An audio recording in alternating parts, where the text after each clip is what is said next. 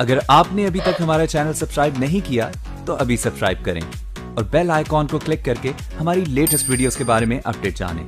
कतारों में लगे इन लोगों को आप बेवड़ा या शराबी न समझने की भूल मत करना, क्योंकि यही वो महान लोग हैं जो बीमारी को खरीद कर आपके लिए धन मुहैया करवा रहे हैं। यही वो महान लोग हैं जिनकी वजह से देश 5 ट्रिलियन इकोनॉमी की संख्या को छुएगा। हाँ, वो बात अलग है कि फिलहाल देश में हालात थोड़े अलग हैं। बात यह भी अलग है कि एक जानलेवा लाइलाज बीमारी के मरीज भारत में 42,000 से ज़्यादा हैं। बात वो भी अलग है कि देश में इस बीमारी से 1300 से ज़्यादा लोग मर भी चुके हैं। जब महामारी के इस दौर में देश के करोड़ों लोग घरों में कैद हैं, ऐसे में कुछ लोग बीमारी को खरीदने और देश की आर्थिक स्थिति में योगदान देने के लिए कतारों में आ खड़े हुए हैं। ये लोग भूल गए कि इनकी छोटी सी गलती देश पर भारी पड़ सकती है, परिवार को बड़ी कीमत चुकानी पड़ सकती है। सरकारी नियमों की धज्जियां उड़ी तो फिर सियासी हलकों में भी हलचल मचने लगी और सरकार के शराब की दुकानों के खोलने के फैसले पर तमाम सियासी दलों ने सवाल उठाने शुरू कर दिए। किसी ने सरकार से सीधा सवाल पूछा तो किसी ने शराब की दुकानों के लगी बाहर कतारों की तस्वीरों के साथ सरकारी तंत्र पर तंज कसा और अपनी भड़ास निकाली। इसी कड़ी में सपा प्रमुख अखिलेश यादव ने भी ट्वीट कर सवाल दागा कि क्या 5 ट्रिलियन इकोनॉमी के लिए इसी कतार में लगना है। अखिलेश यादव के ट्वीट के अलावा भी कई अन्य नेताओं ने ट्वीट किए तो किसी ने बयान जारी भी किया।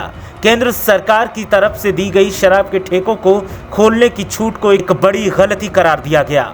यहाँ तक कि केंद्रीय स्वास्थ्य मंत्री डॉक्टर हर्षवर्धन ने भी इस फैसले पर पुनर्विचार का सुझाव दे दिया।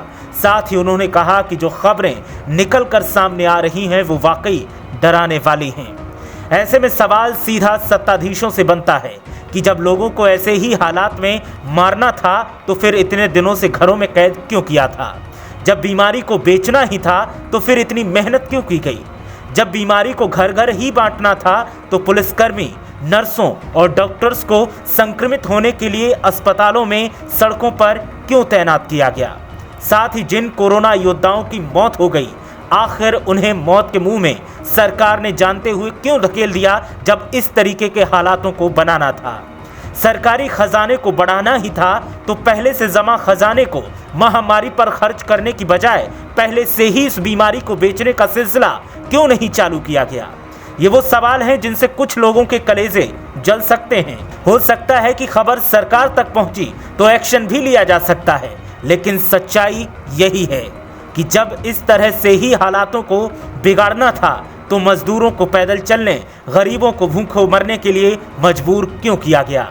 आज के हालात देखने के बाद वो लोग जो हर नियम कायदे का पालन कर रहे हैं वो ठगा सा महसूस कर रहे हैं और सवाल कर रहे हैं सरकार से कि हमारे योगदान का आखिर इतना बड़ा हश्र क्यों किया गया।